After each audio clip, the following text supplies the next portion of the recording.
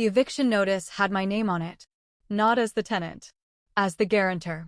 I was standing in my kitchen at 6:12 a.m., barefoot on cold tile, holding a legal envelope that said "Final Demand" in bold red letters. My coffee machine beeped behind me, impatient, like it knew something I didn't. I hadn't rented an apartment in 5 years. So why was I legally responsible for one? My name is Alara Bennett. I'm 33. Corporate attorney. The dependable one. The fixer. The daughter who never says no. At least, I used to be. The apartment listed on the notice wasn't mine. It was my sister's. 3 months earlier, I stood under fairy lights in a vineyard in Napa, smiling through champagne toasts while my parents cried about family unity. My younger sister, Maris, was getting married. It was the wedding she had dreamed about since she was 14. White roses imported from Italy. A live string quartet. A sunset ceremony overlooking rolling hills. It was also $148,000 over budget. Guess who closed the gap? Just until we're settled, Maris whispered to me the week before the wedding, eyes glassy, fingers twisting her engagement ring. "We'll pay you back. You know we will." I knew they wouldn't. But I wired the money anyway. Because that's what I did. I fixed things. Growing up, Maris was fire. Dramatic. Magnetic. If she cried, the whole house tilted. I was quiet competence.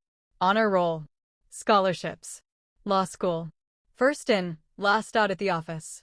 When Dad's business collapsed during the recession, I co-signed their refinancing paperwork at 27.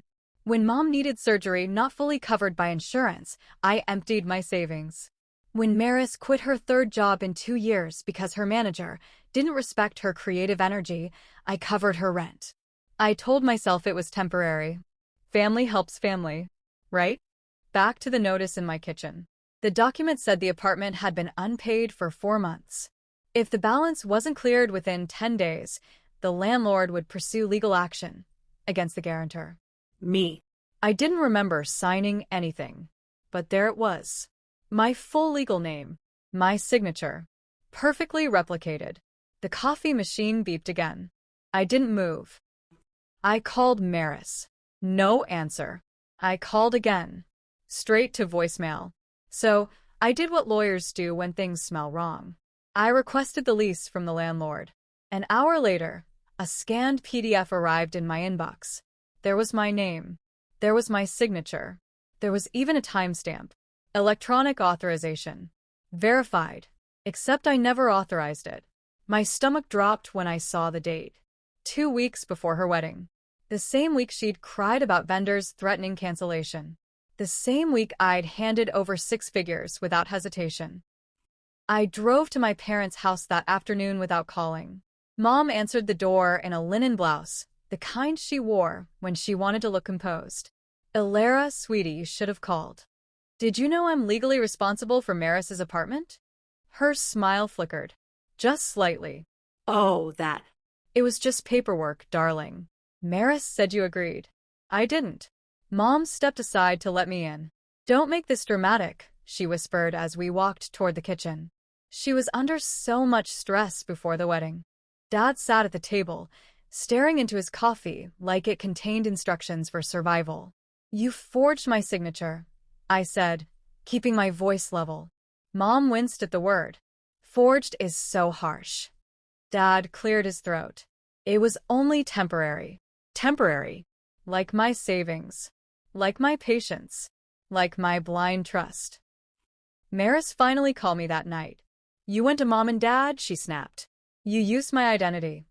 You were going to help anyway. That's not consent." There was silence on the line. Then, "Why are you acting like a stranger? We're family." Family. That word had been a leash around my neck for a decade. I didn't yell. I didn't threaten. I did something much worse.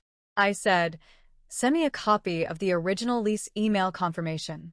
She hesitated. I deleted it. Of course she did. Except she forgot something. Digital trails don't vanish. I hired a forensic accountant. Within 48 hours, we traced the electronic authorization. It wasn't hacked. It wasn't sophisticated. It came from my father's IP address. using the shared password I'd created years ago when I trusted them with access to transfer money for bills. They didn't just rely on me. They used me. The real twist came 3 days later. The accountant found something else. The wedding vendors. Some had been paid from a new joint credit line. In my name. Opened 6 months earlier. I felt my chest tighten, not from shock, but from clarity. This wasn't panic before a wedding. This was planning. I met Maris for coffee. Public place. Neutral ground. She arrived late. Sunglasses on though it was raining. You're blowing this out of proportion. Am I? I slid printed statements across the table. Her hand trembled. Mom said you wouldn't notice.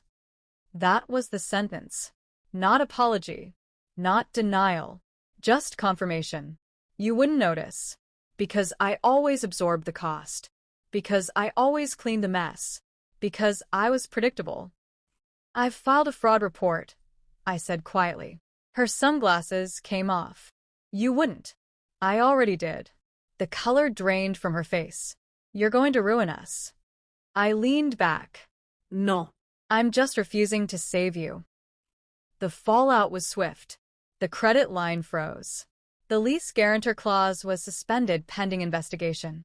My parents called every day.